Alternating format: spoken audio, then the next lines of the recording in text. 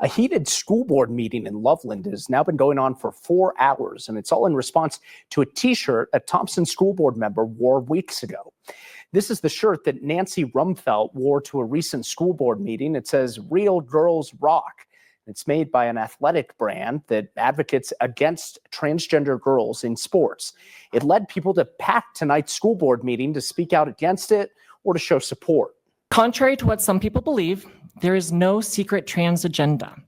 What trans people want in life is to just be themselves and be accepted for who they are. This isn't about denying anyone's identity. It's about protecting the integrity of biological women's competition. Well, former military shocked trans activists at a heated school board meeting right here in my home state of Colorado, not too far from me in Loveland, Colorado.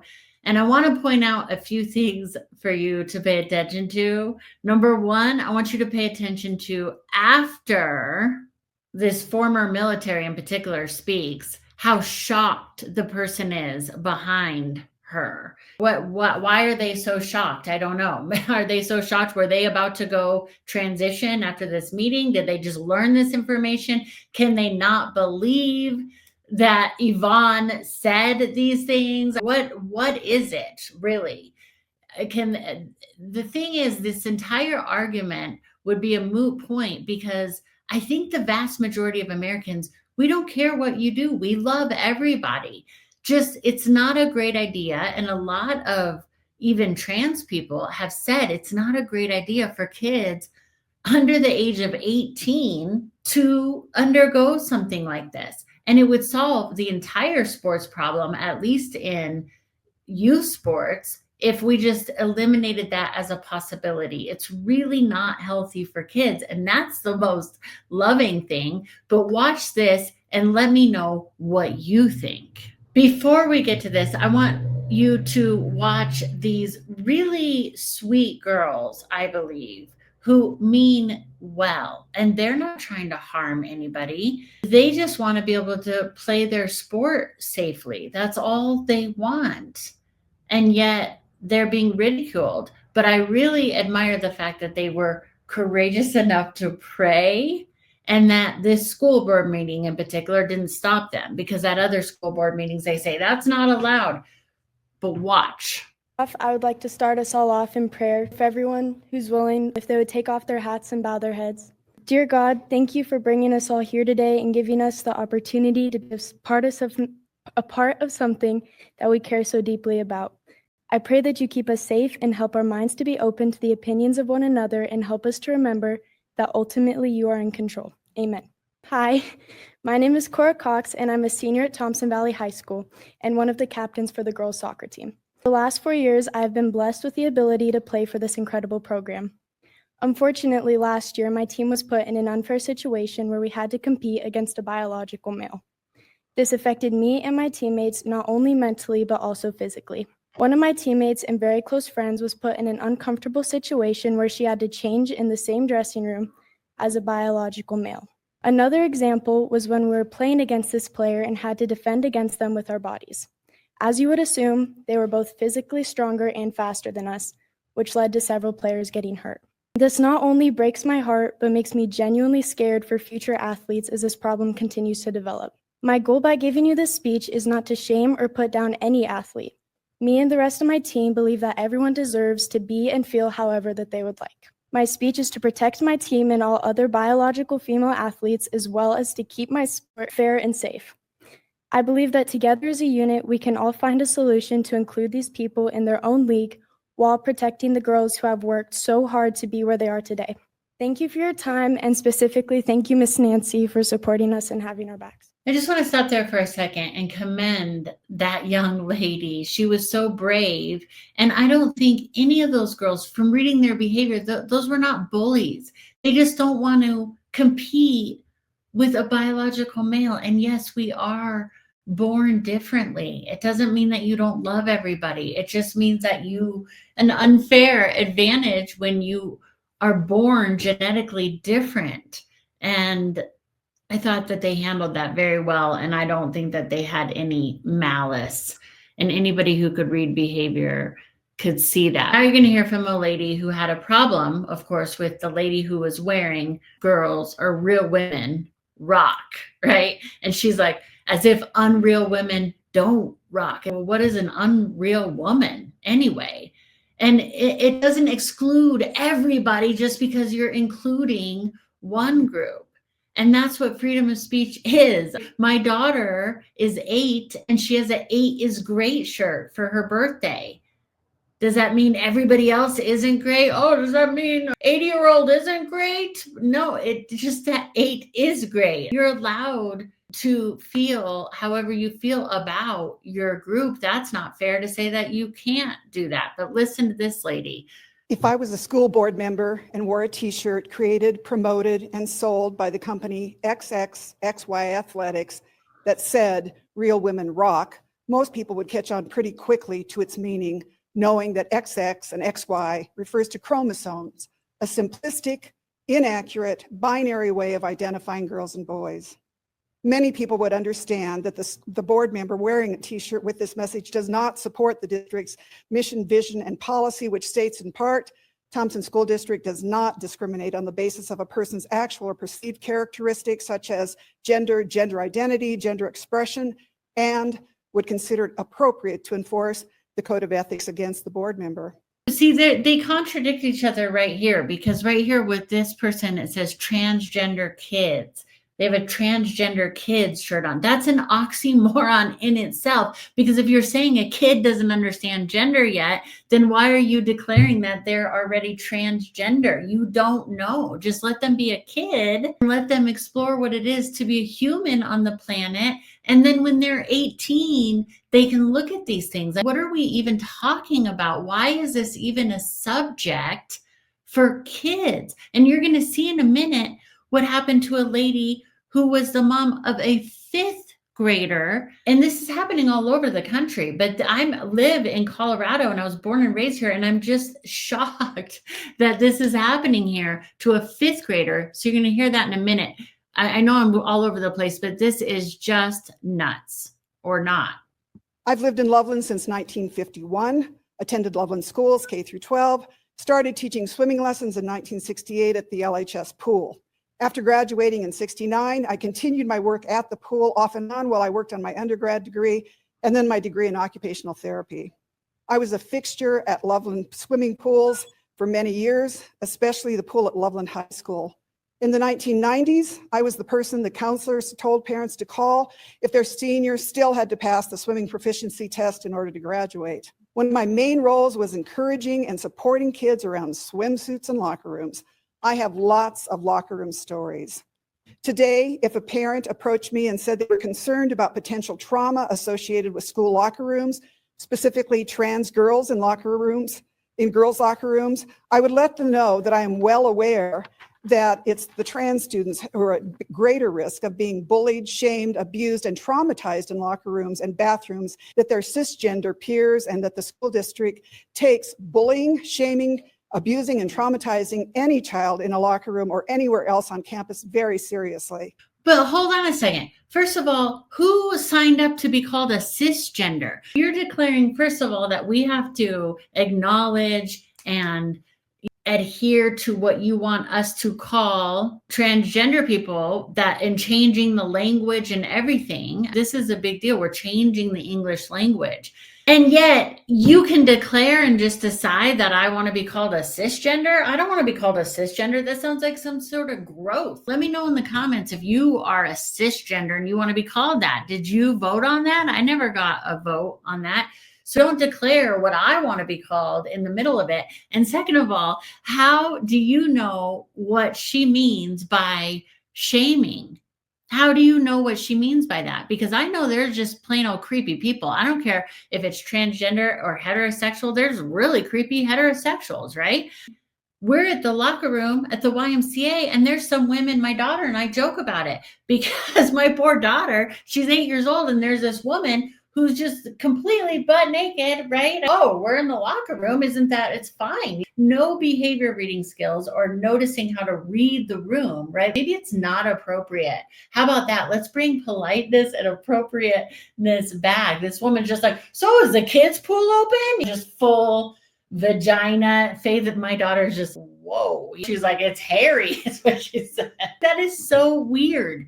I'm sorry, that's just weird. And some people are like, oh, I'm just so comfortable. I'm so comfortable with my body. Well, I'm glad you're comfortable with your body. That doesn't mean everybody else has to be. That doesn't mean we all have to be comfortable with you lotioning up for 45 minutes. Put something on, go in a stall. Honest to God, I think it's just, it doesn't matter. If somebody was transgender and they have all their business all out there and somebody's like, whoa, maybe they're calling that shaming, but it's just like, wow, do I have to be all up in your business just because we were working out?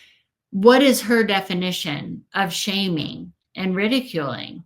For example, back in the 90s, an LHS coach was fired for allowing hazing in a high school boys' locker room.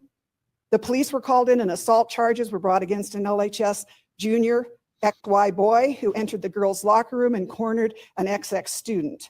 Whether they are a transgender girl, a girl who is overweight, a young woman experiencing her period, a child with any type of special need who just wants to participate in a sport and compete with their friends, they should have a safe, private space in a locker room. School districts who have implemented universal design principles. Well, we agree on that. We should have a safe space, but the problem is that they don't. They're saying they don't feel. Why would even the transgender or anybody, again, why would they feel comfortable? It's like, we don't need to be all up in everybody's face with our private business just because we're playing sports together. It's ridiculous. Principles around locker rooms and bathrooms have taken a step in the right direction in supporting students, paraprofessionals, teachers, and families. It's not that hard to do. As a proud graduate of Loveland High School, class of '69, parent of TSD students, resident of Loveland since 1951, grandparent and occupational therapist, I support all LGBTQ children, including trans children. All students deserve to feel safe, affirmed, and free in themselves. How are they a trans child? How are they a trans child if they don't even understand gender yet? And you say that. It's ridiculous. I have serious concerns about a board member promoting the message, real women rock, unreal women don't rock. Excluding trans girls from sports versus funding is a different issue. We should be supporting all of our students. Thank you. Bruce Boynton, and then Yvonne Pez. Again, sorry for pronunciation. Thank you to our board members who are committed to providing a safe environment where all members of the school community are treated with dignity and respect.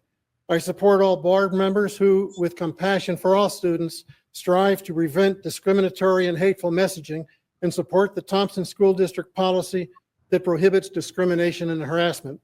Messages of any type that claim to place one group of people above others, especially a vulnerable minority that is already under attack, are hurtful, divisive, mean, and cruel. I support any board action that is intended to express its disapproval of discriminatory messaging within its membership. Thank you. Next. Just because you're including one group doesn't mean you're excluding everybody else. Not everybody is into the same thing. Hello, like we're not all into the same thing. If you're pro rodeo, that doesn't mean you're excluding everybody who's not pro rodeo. Come on, give me a break. What are we talking about? This is what I want you to see though. This person back here, this is the jaw-dropping moment. Now, I want you to weigh in and let me know, is this person surprised by this information? Can they not believe that Yvonne is actually saying the truth about what it is to transition and what some of these people's experiences are? Are they just appalled at the fact that she's saying the truth? Have they never heard this before? What is it? This is just basic information, and they're facts, and it's scientific information. They say they love science all the time. I guess that's why this person's wearing a mask, because they love science, right? This is just a scientific fact. They should be into these facts, and yet for some reason they're not. Watch this jaw-dropping moment. I mean, if this isn't a jaw-dropping moment, you got to really zero in on this person right there. Here we go. Hello, I'm a simple and honest person. Title IX is important for fairness. Boys are physically different than girls. As an Army veteran, I am keenly aware of these differences. Just open another category. Academic excellence is important and should be your central priority. T-shirt shaming is nothing but distractions, and wasted time that detracts from academic goals. The ways you detract from your real responsibilities as a school board with sideshows and the way you treat Nancy Rumfeld are shameful. Want to talk trans stuff? I chatted with a transgender surgeon and want to share some of the truths I learned. The effects of puberty blockers are irreversible depending on the age of onset. Boys' penis will only grow to about 1 inch, if that. Effects on girls can include sterilization, and there often is regret. But why not hear it from the horse's mouth? Detransitioner Chloe Cole is speaking tomorrow at CSU. And boys, if you are serious about becoming transgender anatomically, you're better off going through puberty. There is enough skin to make your outie into an innie because not much can be done with a 1-inch penis, says a surgeon. And if you change your mind, not much can be done with a 1-inch penis. Our youth should know the truth. Sandra Lull, and then Tom Chastain is up next. Sandra Lull? Did you see that? We got to look at that again. Can I zoom in on that? Outie into an innie because not much can be done with a 1-inch penis, says a surgeon. And if you change your mind, not much can be done with a 1-inch penis. Our youth should know the truth. Sandra Lull, and then Tom Chastain is up next. What do you think? Did that person just not ever hear that information? Can they not believe it? And then this tie-dye person is like, oh, it's propaganda. That doesn't never happen. But it does happen. And they should know the truth. They're not allowed to get tattoos. They're not allowed to drink yet for a reason, because they can't make life-altering decisions at 8 years old. And yet that's what some people are advocating, and looking at the people like us who think that that's not healthy for a kid. If you're 18 and really want to do that, then you can look at it then. But while you're developing and you already feel funky in your body, it's just not a good idea. Now you have to hear from this mom, Mary. Rightfully so, she's at wit's end. When you hear what happened to her daughter, it's appalling. And yet this crowd right here, they start texting. The number of people that starts texting and scrolling on their phone when she is pouring her heart out about her story, and they just dismiss her as if, oh, that's nothing, or you must have done something wrong, or this is propaganda. This is a real mom with a real story about her daughter, and it's mortifying. Watch. I have a lot to say. I've been wanting to say it to you guys for a long time. I've come to share my experience with my daughter in Thompson School District. People are talking about policies a lot here, and the district policy.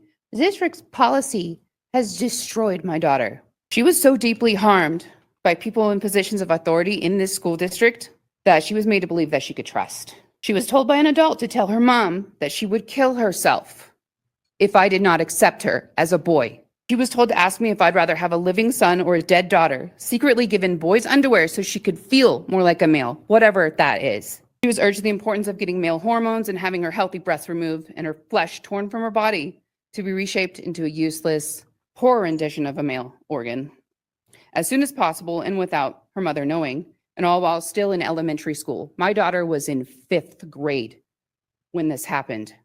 Due to your policy, I was lied to by John Kleiber, who was the principal at Garfield Elementary when this happened. And I was lied to about different situations that happened with my daughter. And this caused her to spiral and become suicidal. I dare anybody to try to tell me any of this was for the good of her mental health. She was so deeply harmed by her conflicting thoughts, plagued by images of her mind, in her mind of this altered, shattered sense of self, all while already going through the most confusing time of her life.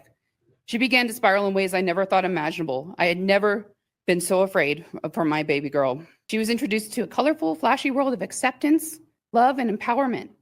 If that's the case, then why did she never feel this way?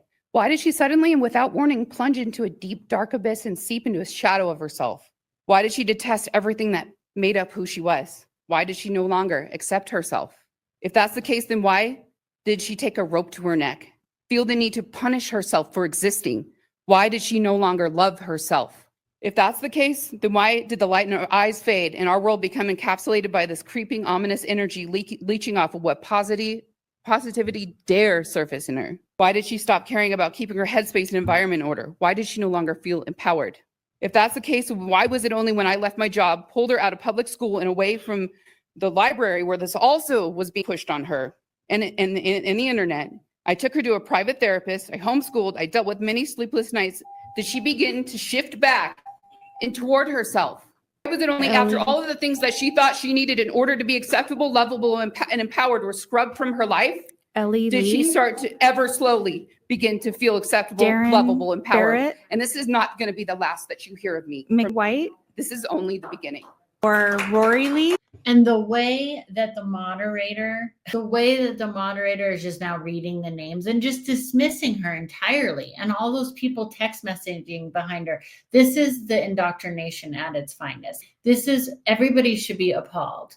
And this is what teaches that kind of behavior. And the top of the party and the Democrat ticket is teaching it when they don't stand up for a 13-year-old cancer survivor, when they don't stand up for the parents of people who've been murdered. This is what it teaches. But those people all texting behind that mom when she's telling her story is that exact same behavior, that dismissive, who cares about you behavior. If they're inclusive and they actually care about all kids, they should care about her and her child. But they don't. They care about this specific agenda. And if we weren't even transitioning kids, this wouldn't be an issue in, again, the youth sports. And then we could take a look at the adult sports. But I don't understand why they can't just have their own league. Why not just have their own league and start that?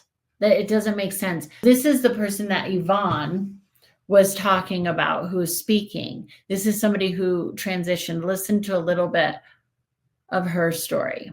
I was put on to the first few steps of the medical process at 13 years old when I was still in middle school. They blocked my puberty with a chemical castration agent called Lupron, and then they placed me on weekly injections of testosterone to masculinize my body.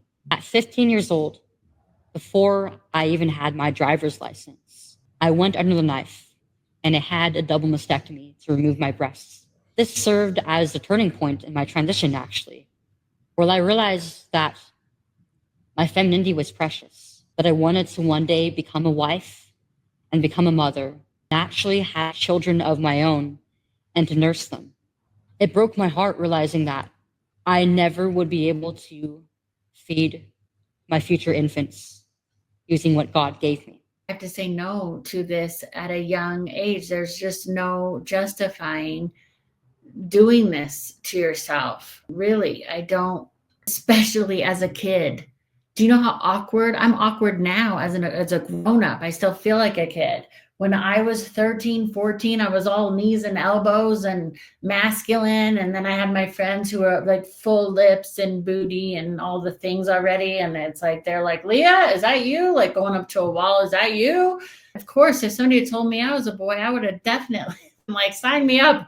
I'm totally a boy. I'm so awkward. And this is just uncomfortable, and anything to try to escape that awkwardness. But there is no escape. It's called the human condition. We're all awkward. And it's about getting comfortable in your own skin. That doesn't mean altering every single thing about you. I don't know. Let me know in the comments what you think. If you're finding value in this video, please subscribe. And if you have subscribed already, thank you so much. If you want to support the channel even more, please buy me a cup of coffee. This mama could use it. Thankfully, not everybody thinks that kids should be transitioning, and including people who are gay and some people who have transitioned, right? But now we're going to hear just a moment from Amir talking about this very subject and trans camps, ages 11 to 24. This is abusive. It's ridiculous. Watch. 11 to 24. One group of parents have made the controversial step of organizing a secret summer camp for transgender kids and their families. Camp is a special place where families from around the country can come together and just be. When Ryan was born male, right? And around 2 years old, we started noticing that Ryan liked pink and sparkles. We noticed he liked this. Honestly, this is homophobic. This is deeply homophobic, and it's misogynistic. It's so many different things, but it's like the legit kind. You notice your little boy likes pink and sparkles, and then you're like, yep, you're not a boy. Only girls do that. So you need to transition into a girl. Instead of just telling your kid, one, it's a kid. The kid likes colors, but two, just letting a kid be a kid. Sometimes I feel like I'm the Delulu one. I'm the one that's in Delulu land. I'm delusional, not middle ground. I'm not making sense. But then I really sit back and think, and it's like, actually, I'm okay. These people that I'm reacting to, this is wild. And can we get into the camp? This is literally an indoctrination camp. Like, this is the camp leading minors down the road to, how is this legal? Really, it all just goes back to the medical side and the surgeries and stuff. Children don't need to be doing any of that. Children don't need to be involved in this. Exactly. Children don't need to be involved in this. Now, let's just check in with Officer Tatum, because he drops the truth bomb about these trans athletes, these men in female sports. Some people think, oh, it's just not that big a deal. Or Whoopi Goldberg says, what's the big deal? Women athletes are strong. Yes, they are strong. That's the whole point. They are strong. And yet they just don't even compare to these men coming in and dominating their sport. Not only is it dangerous and it's uncomfortable and it's very unfair to women, but it's factual in the fact that they are dominating. It is a big deal. Watch Officer Tatum just drop the truth bomb here. It's so sad, but true. And men's high school state long jump. I just want the top 3 people. If you can get 3 to 5 people in there. And I'm going to show y'all, for those of you who are not familiar with track as much, the difference in competition, the difference in how far each person is jumping. When I used to do long jump and triple jump, people used to win by a foot. You killed everybody if you won by a foot. 1 foot, you killed everybody. It's like you dominated. Normally it's by inches, right? You jump a 25-3 and the winner jumped a 25-8 and the person only won by a couple inches. 8 feet? Women probably in high school are probably jumping, 18 feet. And this person probably jumped 20-some feet. When you go to state championships, it's 22 feet, 22 feet, and 23 feet. You got the biggest margin of victory in the top long jumps for men or women. For men, high school long jump, the biggest margin of victory was 1 foot. This person beat these women by 8 feet. That's like double what they did, right? They jumped double. Oh, but it's no big issue. it's just unbelievable. It's sad, really, what's happening. And then to try to indoctrinate you to think that you don't care about people when actually you're caring so much. But I'm more interested, and I care about what you think. Let me know in the comments below. Do you think we should nip this in the bud, pardon the terrible pun, and just not nip people in the bud, not transition kids, and that would eliminate this whole problem, at least with the youth sports? Or what do you think the solution is? This is a big reason why Trump wants to eliminate the Department of Education, because we're indoctrinating our kids. And a lot of that Department of Education has been centered around this stuff, which is just mind-blowing. If you want to learn more about why Trump wants to eliminate the Department of Education and see some other parents in school board meetings where they're talking about how these indoctrination pieces are coming into school libraries, then watch this video because it's coming up right